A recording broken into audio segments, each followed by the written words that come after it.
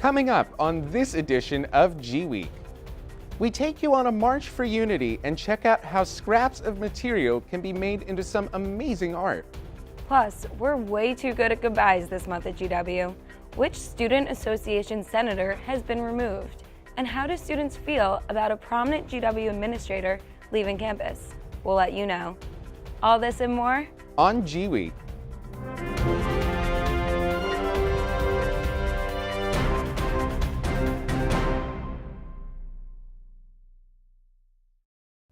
Hello, welcome to the latest edition of GWeek. I'm Jillian Horn. And I'm Alex Snyder. Let's begin with the latest headlines. Earlier this month, the GW Student Association unanimously approved bills aimed at reforming future student body elections. One of the new bills renames the JEC to the Joint Election Commission and increases the number of members from 5 to 7. The JEC will be led by a commissioner the student body elects, which is a departure from the old appointed position. The bills also change how the commission will handle campaign violations after a series of stalking and harassment complaints rocked last spring's SA presidential election. Student Association Senator Joe Vogel was removed from his position by the SA Senate late last month. SA Executive Vice President Sidney Nelson suspended Vogel in early November after the senator missed 4 consecutive SA meetings. Vogel was participating in the Ralph Northam 2017 gubernatorial campaign in Virginia. The SA Senate did not approve his reinstatement on November 20th after questioning Vogel about his absences. His seat as a senator at large will likely remain vacant. Fraternity Tau Kappa Epsilon will return to campus in the spring, 3 years after having its charter revoked. The GW chapter had been suspended in 2014 following a marijuana arrest, and a deeper investigation resulted in the charter being suspended. The fraternity known as TEAK will welcome 30 new members.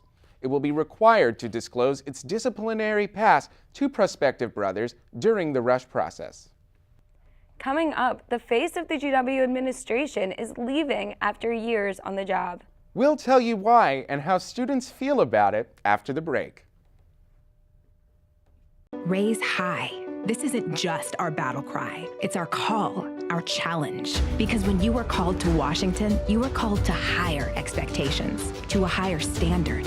We are called here to advance knowledge, to serve society, to change the world. This is the George Washington University, and what we make is history. So stand up, be bold, take risks, press on, push harder, raise high.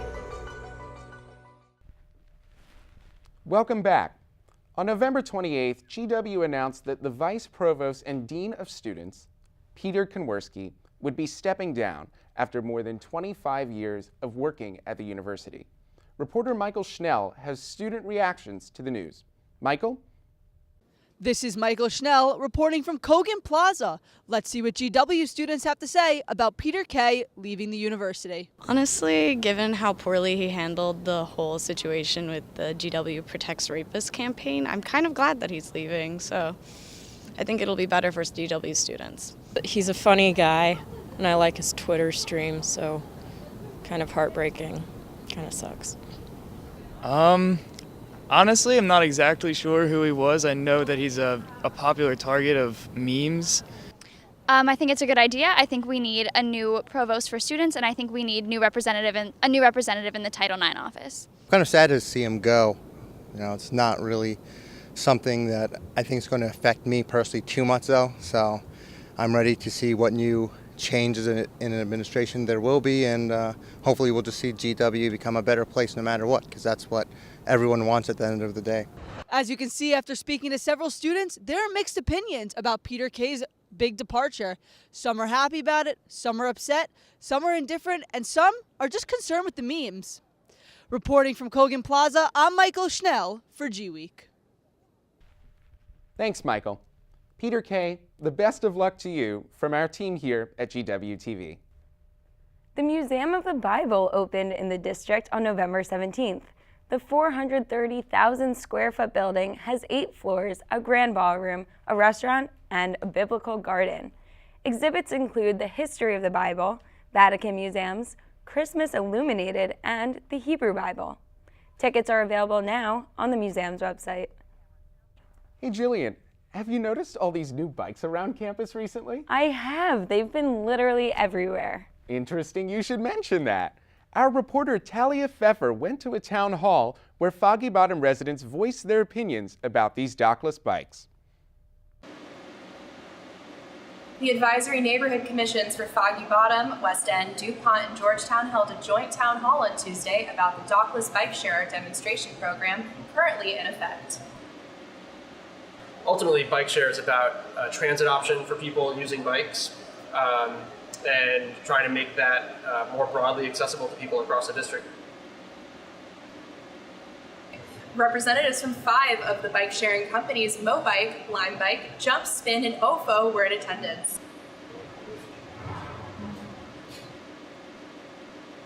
The town hall is being held in response to complaints about the bikes being parked in inconvenient places. From a business perspective, this is really bad for us. This is blocking our entrances. This is creating a problem for us. If I see a bike that's out of place, if there's an issue, I should be able to look at the bike and call 311. Proponents of the program hope it will boost the amount of bikers and take some pressure off of the city's other transportation options. The dockless system has really opened the door for people who typically don't bike, don't have access to Capital Bike Share, don't have access to bike. It gives them an opportunity to ride. Reporting for GWeek, I'm Talia Pfeffer. Coming up after the break, follow us as we go to the epicenter of last month's Unity March. Don't go anywhere. I'm staying right here.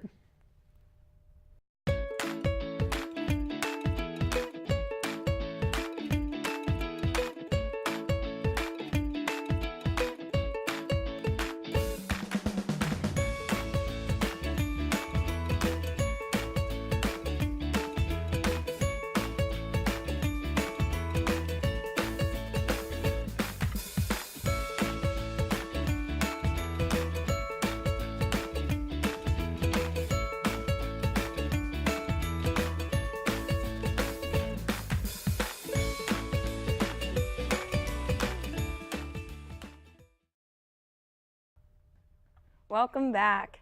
There is a new exhibit you should check out at the Textile Museum. The Box Project, Uncommon Threads and Scraps, Fashion, Textiles, and Creative Reuse are the 2 exhibits currently on display at the GW Textile Museum. These 2 projects are both made up of unique and creative pieces of art. Not wasting any time, the GW Textile Museum kicked off the 2017 school year with 2 particularly interesting exhibits. The Box Project Uncommon Threads was an enterprise led by collector and former Textile Museum trustee Lloyd Costin. Costin challenged 36 top fiber artists with the task of constructing a 3-dimensional work of art that was small enough to fit in a box, hence the name of the exhibit. The artists that took part in this project came from all over the world, each displaying tidbits of their customs and culture. Also on display at the museum is the Scraps, Fashion, Textiles, and Creative Reuse exhibit. This project brings together the work of 3 acclaimed designers from Milan, Los Angeles, and Tokyo. The theme of this exhibit is taking scraps and waste products and instead of throwing them out, recycling them to create elaborate and exquisite works of art. Be sure to visit the Textile Museum before these impressive exhibits are gone. The Box Project Uncommon Threads will be running through January 29th, and Scraps, Fashion, Textiles, and Creative Reuse will be on display until January 9th. For GWeek, I'm Michael Schnell. Almost 3 months have passed since Hurricane Maria devastated Puerto Rico, yet many are still without sustainable power or water. Puerto Rican Americans and allies across the country are demanding governmental aid. On November 19th, hundreds gathered on the National Mall for a unity march for Puerto Rico. The protesters started at the Capitol and marched to the Lincoln Memorial in solidarity with the victims of Hurricane Maria, demanded the repeal of restrictive economic legislation, and called for greater recognition of Puerto Ricans as American citizens. Speakers included march organizers, government officials, and Puerto Rican celebrities such as Lin-Manuel Miranda and Rita Moreno. The march served as an important opportunity for Puerto Rican voices to be heard in our nation's capital. On the anniversary of the 2016 presidential election, GW students took to the streets to demand a renewed DACA program. We sent GWeek reporter James Paidusis to follow the rally as it made its way through the district. James? Undocumented and unafraid, chanted the group of students behind me. These students have assembled from schools all across the district and Maryland, Virginia area to march towards the Capitol building today to show their solidarity for immigrant and undocumented youth. I believe that we will win. I believe that we will win. I believe that. While most of campus was just waking up, these students were already riled up. The time is 9:30 a.m. on the anniversary of Donald Trump's election. In Kogan Plaza, students assembled to express their concerns over the pending termination of the DACA program. Right here. Right here. Right now. Right now. Thank you. It wasn't long before students from the School Without Walls joined the rally in Kogan, sporting large signs and banners. Then, the supergroup makes their way to Union Station. From there, they plan on meeting up with other students from the DMV where they will march to show their solidarity with undocumented immigrants.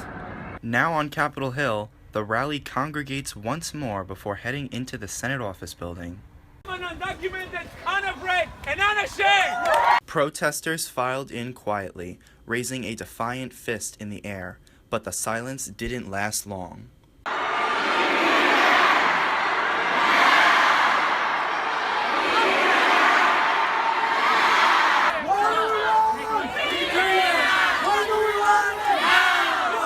After a passionate demonstration in the Senate office building, the students behind me assembled in the Senate Park where they will conclude their protest.